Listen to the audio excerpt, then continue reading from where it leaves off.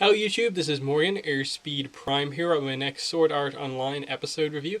This one's going to be for the final episode of the first season, Season 1 episode 25, and it is called The World Seed. We are finishing up part 4 of the DVD sets, and of course finishing up volume 4 of the light novels with this episode. And the reason I'm doing this video now, not Thursday, like I said yesterday, was because I couldn't actually get the Star Wars comic in my local comic book store today, so I'll probably try and get it at the other comic book store on Friday and do the video for that comic on Friday. So SAO stuff for the rest of the week, basically, until Friday. This episode I think is a really nice way to end this arc. It's a really nice way to end the season because this being the end episode of the ALO arc, it also acts as the final episode for the Aincrad arc as well because it links everything together because they were connected.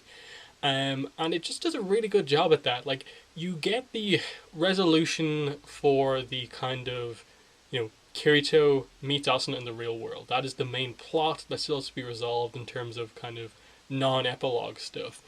And they get that done before they even play the intro. And it's really interesting because even before he arrives at the car park and that happens, he's on his way there. It's like the longest bicycle ride he's ever had. He's thinking that, okay, she's awake, she's waiting for me. And then his mind rushes to, what if something went wrong? What if there's a complication and she's not there anymore or something like that. All of this stuff is rushing through his head on this bike ride there. This is kind of all he's care about. This is what this whole arc has been building up to.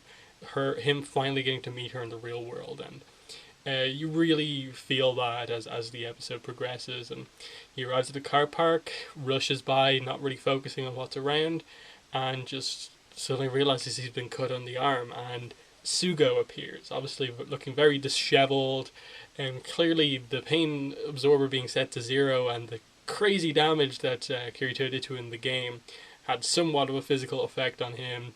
You can see his eyes looking very bad, and he just in general looks like he's in a lot of pain.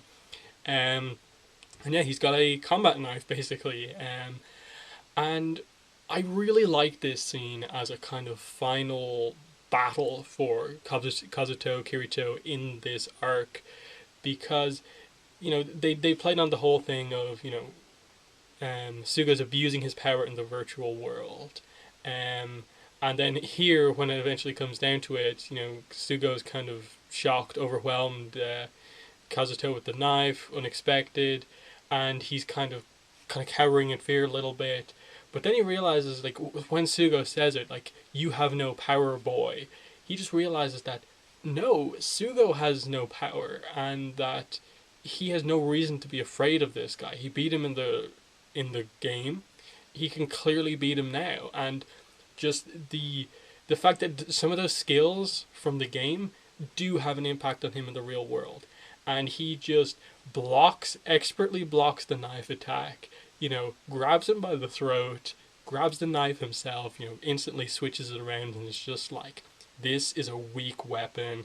I'm used to something much heavier, much more dangerous than this, but it's good enough to kill you with. And they set up this whole thing of just, he has overpowered him. He smashes his face into the car door and has the knife up against his throat, going as far as, like, you see him cut into his neck a little bit, and it's all about, will he do this or not? And I like how they play the little flashbacks to what happened in the previous episode and over the course of this whole arc, that Sugo has constantly been trying to basically just put Kirito down and just show his dominance over Asuna and him.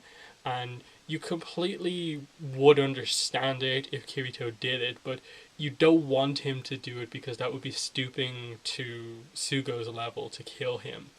And you can see the anger on Kirito's face, and I think most importantly, you can see the utter fear on Sugo's face. He's kind of crying, cowering in fear. Just, he doesn't have any power whatsoever, virtual or real.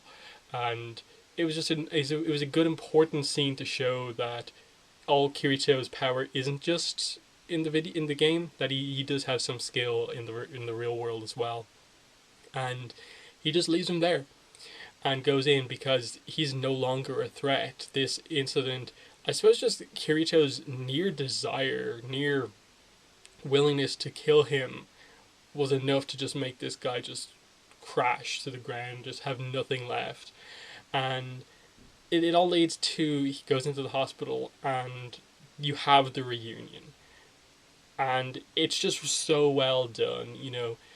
She's obviously just woken up after like two years and a couple of months in the game. You know, she physically isn't in the best kind of shape. She says she can't really hear that well, but she just knows what the kind of sort of thing he's going to say, what he's saying, and they have that reunion. They're back together. They kiss in the real world. They have the moment where they just say, you know, like they introduce themselves to each other, and I like how it went from that immediately to the kiss, and that there's no need for any like time before that happens, even though it's like their first time meeting in real life. To these two, their time in the virtual world has been just as good as their time in the real world, and there's no need for any kind of differences in the way they kind of act. They know that they're kind of meant for each other, and I like that while this is happening, Kirito kind of looks out the window and sees the kind of vision of their in-game avatars kind of walking off together, and it's just this really nice duality of just that they're together in the real world and in the virtual world, and it's kind of finally over. They're finally together. The crazy incidents are over, and everything's looking good. And that's basically our resolution for the ALO arc in terms of like no epilogue stuff. That's it, and it's just a really nice way to do it. That's what it's been leading towards. Kirito hasn't been fully back until she has come back, and now they're together. Works perfectly. And that leads into I suppose, what the majority of the episode is. It's epilogue and resolution for what the world seed is, primarily. So we cut from there into basically seeing the SAO school, the school that they've set up for all of the people who have survived the game. Kirito gives a little explanation on basically what the ALO incident has said to the world before this happens, in that it's basically ruined the MMORPGs completely. Like the idea of virtual games and the whole systems have basically been ruined by the SAO incident and now the ALO incident. And all the companies are shutting down. ALO is going to be shut down, and so on. The 300 other people who Sugo had captured are back. No lasting injuries, and so on. Kaiba's gone, of course. And you're just establishing like that's the situation that things are before we talk about the world seed. But you cut to the school and you just see Kazuto finish class and go out to meet Asuna, and you know I like that they'd said the thing like, even though it has been a few weeks or days, she's still recovering from being out for so long in the game, in that she just kind of says, you know, I'm just off my crutches, I can't run just yet, but I can walk properly now. And just the fact that they're so used to just being able to like be kind of free and very open with their relationship, but knowing that basically all of the people from the game are kind of just up in the cafeteria and are able to see them if they look out, there's just this kind of embarrassment there that kind of just shows their age, when for the most part, you know, they have dealt with their relationship in a fairly mature manner. And it's just interesting to see them kind of so awkward, kind of displaying affection, whereas like end of the SAO arc, it was very just kind of heavy stuff.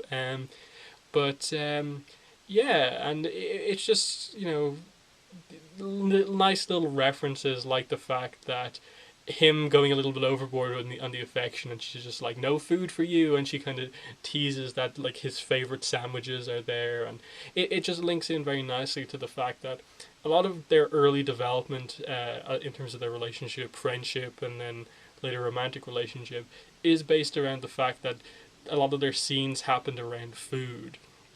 Like one of the first scenes that the two had together was Kirito demonstrating that the food in Aincrad isn't just all this plain stuff, and that you actually can have some taste, and this inspires Asuna to develop her cooking skills, and clearly to become more interested in actually cooking in the real world.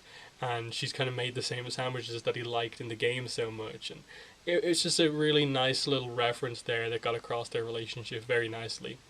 But then we cut up to Rika and Keiko, who are obviously Lisbeth and Silica, um, and they're looking out on Asuna, and clearly they're jealous. They're looking out at the couple, the happy couple, and they're like, "Oh, what are they doing? You know, displaying affection like this. It's so bad doing it in school."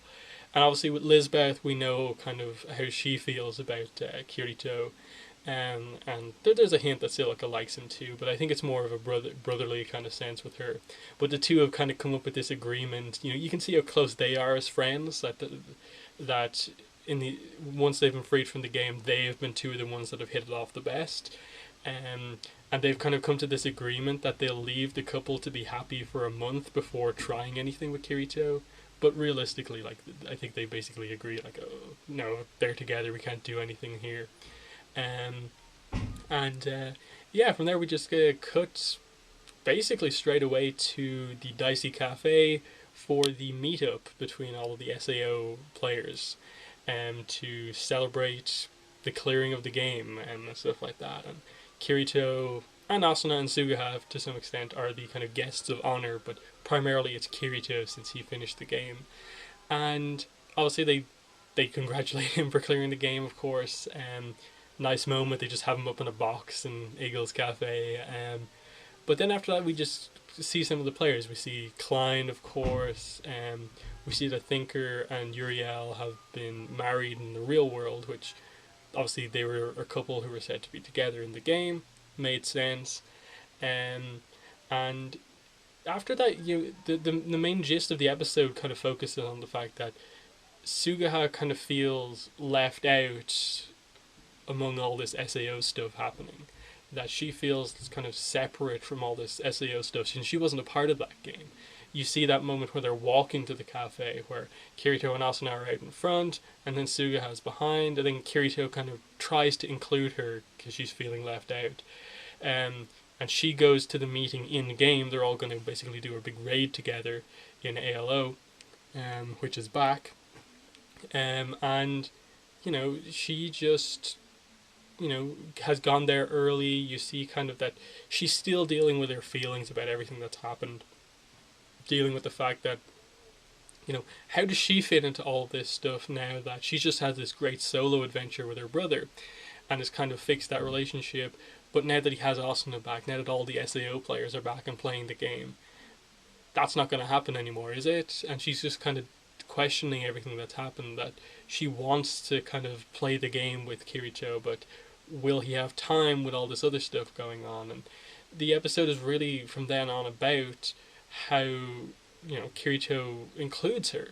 That you have what the episode is called, it's called the fairy dance arc for a reason, because you get this dance scene between the two that just gets across that fundamentally, in terms of Sugaha and Kirito, what the arc was about was never about a potential romance between the two.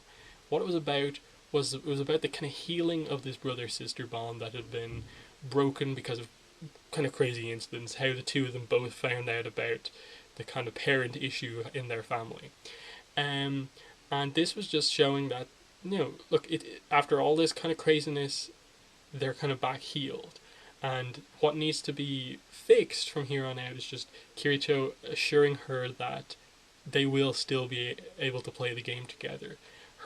Him showing her Aincrad now appearing in ALO and telling her that I'm going to clear this from floor 0 to floor 1 to floor 100. I'm going to reset all my stats and start from the lowest floor. I want to do it with you. Obviously everyone's going to be involved, but he's including her in this, to restart. This is his new group.